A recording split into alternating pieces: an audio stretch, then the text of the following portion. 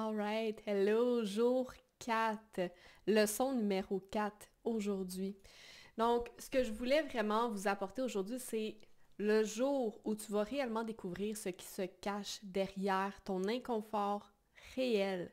Va être le jour où tu vas être enfin libre d'avancer vers tes rêves. OK? Pendant super longtemps, je me suis retenue, pas par peur, mais vraiment par inconfort. Et il y a une grosse différence entre les deux. OK? Parce que j'étais du genre à toujours pousser contre la peur. Si j'avais peur, j'allais aller par en avant. On posait pas de questions, puis on avançait vers la peur. OK? C'est vraiment comme ça que j'étais wired pour avancer. Mais ce que je me rendais pas compte à ce moment-là, c'était que je restais dans du surplace par rapport à ce qui était vraiment important. Même si j'avais l'impression d'être dans l'action, de bouger par en avant, de bouger vers mes rêves, je faisais actuellement du surplace pour ce qui allait changer toute la donne et ce qui allait me permettre de rentrer, de toucher à ma fréquence de facilité. OK?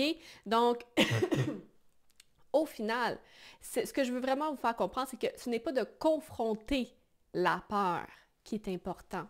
OK? Comme ce n'est pas de mettre tout en place, plein d'actions pour aller de l'avant ou encore, c'est pas une question de faire beaucoup de releasing encore et encore. Parce qu'au final, même si je faisais tout ça, des actions, confronter la peur, faire du releasing, il y avait toujours de la résistance à l'intérieur de mon corps, OK? Il y avait toujours quelque chose qui me maintenait en arrière sans que j'en aie conscience et qui faisait en sorte que j'avais besoin de toujours faire plus et plus d'actions. OK? Même si je sentais que je voulais aller de l'avant, OK? Je savais que je voulais avancer, même si ma conscience, elle, était rendue plus loin et savait comment me faire bouger par-dessus la peur. Tu vois, parce que je pouvais rationaliser, mais il y avait toujours quelque chose dans mon corps qui m'empêchait d'incarner réellement. OK, il y avait vraiment un gap à l'intérieur de moi que j'arrivais pas à refermer, mais surtout que j'arrivais pas à exprimer. OK? So, si tu sens qu'il y a quelque chose, il y a comme un gap, il y a comme un « hein », mais tu n'arrives même pas à l'exprimer, à mettre les bons mots dessus, comment est-ce que tu penses pouvoir aller chercher de l'aide pour ce que tu as réellement besoin? Right? C'est aussi pour ça que j'étais toujours dans l'action, parce que oui, je savais qu'il y avait des blocages, mais je pensais qu'en bougeant, faisant toujours plus, j'allais éventuellement me rendre à destination. Mais c'est pour ça que je devais toujours travailler fort, puis que lorsque j'étais vraiment honnête avec moi, est-ce que je pensais être capable d'atteindre, d'accomplir ce que je voulais accomplir en l'espace d'une vie? Non, fuck non, parce que ça me prenait beaucoup trop d'énergie, beaucoup trop d'action pour atteindre ce que je voulais faire parce que j'étais toujours en train de pousser contre des résistances. OK? Puis, ce que je te raconte aujourd'hui, en fait, c'est exactement comment mon besoin, parce que c'est deux grands besoins à l'intérieur de moi, de confort et d'évolution, entrait en confrontation puis me maintenait dans du surplace malgré moi. Puis je me rappelle, c'est une discussion que j'ai eue avec plusieurs coachs justement de ce contraste-là, à quel point je suis quelqu'un qui est tourné vers l'évolution, mais à quel point j'ai un grand désir de confort aussi et comment ça venait me coincer dans un coin et j'arrivais pas à en sortir. OK? Comme je vous disais tantôt, pour moi, ça a toujours été facile de bouger puis de me mettre en action vers mon prochain objectif. Hein? Ce qui était difficile, par contre, ça a été de faire confiance à mon ressenti. Parce que, comme je vous racontais hier, right, dans la leçon numéro 3, j'ai très tôt appris à douter de mon propre ressenti parce que, well, ce que je chantais puis ce qu'on me disait, comme information, ça l'entrait toujours en confrontation, en opposition. Puis quand j'étais enfant, j'étais vraiment entourée de personnes qui étaient ultra intelligentes, puis qui avaient un grand bagage académique, mais qui n'étaient pas capables de walk the talk. Fait que c'était toutes des gens qui avaient un gap énorme à l'intérieur d'eux, puis ce gap-là, je pouvais facilement le sentir puis le voir. C'est la première chose que je voyais, que je ressentais quand j'étais en conversation avec quelqu'un. S'il y avait un gap, c'était la première chose. OK? Mais en étant enfant, puis en n'ayant personne qui puisse vraiment me guider à ce moment-là, ben j'ai dû apprendre à mettre cette sensibilité-là de côté pendant super longtemps parce que j'avais juste pas les capacités ni les ressources à ce moment-là pour pouvoir tenir un si gros contraste que de toute façon, je comprenais même pas. Right? Mon corps ne pouvait pas tenir cette énorme opposition que j'arrivais même pas à exprimer à ce moment-là. Donc, ça l'a fait en sorte que j'ai appris à me tourner vers le monde extérieur pour avoir la validation, parce que j'ai appris très tôt à douter de moi, à douter de mon ressenti, à douter de ce qu'il y avait vers l'intérieur. Donc, pour trouver de la stabilité, pour trouver quelque chose qui fait du sens, parce que pour moi, ça faisait pas de sens que quelqu'un dise quelque chose, mais qu'il incarne quelque chose d'autre. Donc, pour faire du sens, parce qu'on le sait, hein, l'être humain a besoin de faire du sens, a besoin de se sentir en sécurité, puis la vie va faire en sorte qu'on va trouver des schémas pour se faciliter la vie. Donc, si ça fait pas de sens, ça fait juste augmenter la pression interne encore plus et encore plus et encore plus. OK? Donc, comme je vous disais, j'ai appris à me tourner vers l'extérieur pour m'apporter la validation de ce qui était bien ou non, parce que j'avais appris à me fermer à mon ressenti.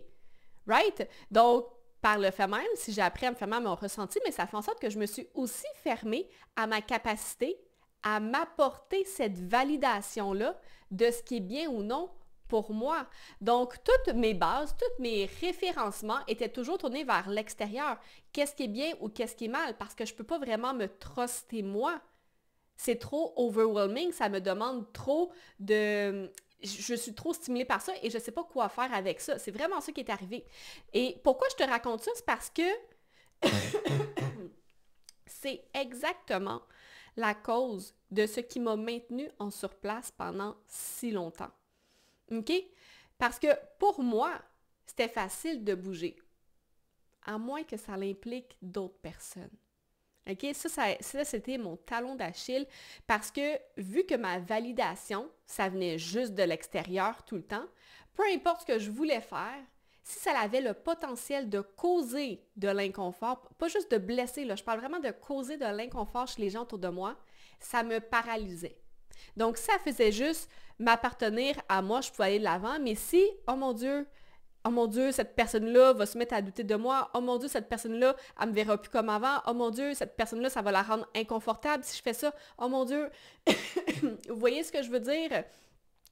Donc, c'était vraiment par rapport à l'inconfort que je ressentais face à leur propre inconfort. C'est vraiment ça qui a été mon plus grand talon d'Achille. OK? Parce que si ça avait le potentiel, comme je vous disais, de blesser ou juste de rendre l'autre personne inconfortable, je ne pouvais plus bouger. C'était too much pour moi. Je ne pouvais pas handle cette pression, cet inconfort-là. OK? C'est vraiment une sensation interne, puis je vois vraiment une différence avec la peur versus avec l'inconfort ici. Puis la vérité, c'est que peu importe mon objectif, mes actions ont longtemps été modulées par la validation extérieure. OK? Je voulais aller à quelque part, mais il y avait toujours une modulation par rapport à faut être aimé, il faut être bien vu, il faut être apprécié, il faut pas créer de l'inconfort chez les gens par rapport à comment est-ce qu'on va se rendre là. OK? Fait que le besoin d'éviter de créer un inconfort chez les autres, c'était vraiment la chose que j'étais pas capable de supporter à ce moment-là. OK? Puis of course, parce que pour moi, mon système interne de guidance, c'était les autres. Fait que s'il y a quelqu'un qui était inconfortable, moi je voyais ça, c'est sûr que j'étais mal. Right? C'est sûr que j'étais pas bon. C'est sûr que la vision de ce que l'autre personne me voyait, c'était qui j'étais réellement. Right? Puis, ben, comme beaucoup de gens, je pensais à ce moment-là que ça faisait juste partie de qui j'étais. Right? Parce qu'on m'a appris à être altruiste, à être empathique, à avoir toutes ces belles qualités-là qu'on voudrait donc avoir. Mais dans les faits, j'arrivais pas à le voir pour ce que c'était réellement. Non, c'était pas être altruiste. Non, c'était pas être plus empathique. OK? Puis, tu vois, tout ça, là, ce processus-là d'arriver à overcome tout ça, ça se fait pas une fois. Right? Puis, c'est pas non plus juste de release quelque chose. OK? Il y a un travail de renforcement à faire en arrière aussi, et c'est ça le plus important qu'on oublie tout le temps.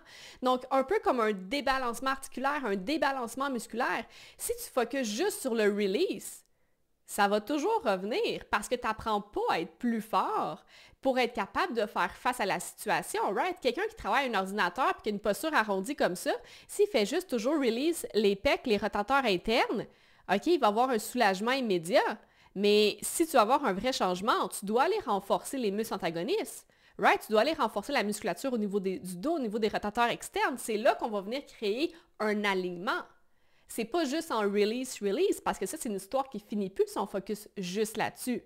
Right? Puis c'est pour ça que je dis toujours, en fait, arrêtez de mettre votre énergie uniquement sur la libération immédiate. Puis il faut apprendre à construire ce qu'il nous manque pour pouvoir faire face aux situations de plus en plus facilement. Parce que sinon, qu'est-ce qui va arriver?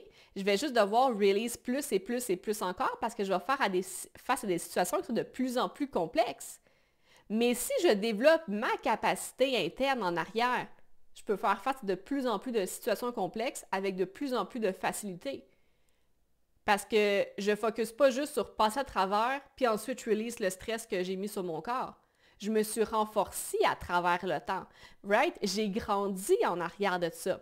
Donc, au final, apprendre à se valider d'une manière qui est saine, sans créer un gap énergétique à l'intérieur de soi, ça, c'est un art qui se peaufine, right? Puis je dis ça parce que c'est facile de bypasser notre sensibilité puis notre ressenti au nom de l'atteinte de notre objectif. Mais on ne peut pas mentir à son corps. And that one keeps scores. Peu importe comment tu vas vouloir te couper, comment tu vas vouloir bypasser, comment tu vas vouloir skipper une étape sans même t'en rendre compte, ton corps va s'en rappeler.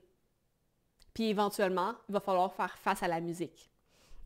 Et je trouvais ça vraiment important d'aborder ce sujet-là aujourd'hui parce que j'ai souvent des clientes qui me disent « Ah, mais tu sais, je suis pas comme toi, moi je suis pas capable, juste de penser le faire, ça me rend overwhelmed. Tu sais, je peux même pas penser, exemple, mettre mes limites ou je peux même pas penser faire X. » Et elle me dit souvent qu'elle pourrait juste pas le supporter, exemple, de mettre des limites ou de prendre des décisions comme moi je le fais.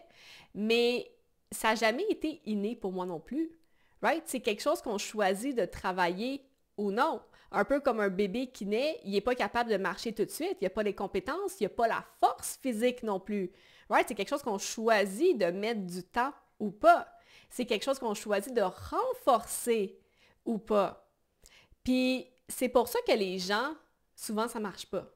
Parce qu'ils vont mettre leur focus à la mauvaise place. Ils vont mettre le focus juste sur le release. Ils vont mettre le focus sur « je veux me sentir bien immédiatement » sans même en avoir conscience. Donc, exemple, les gens qui essaient juste de lâcher prise, mais ça ne marche pas.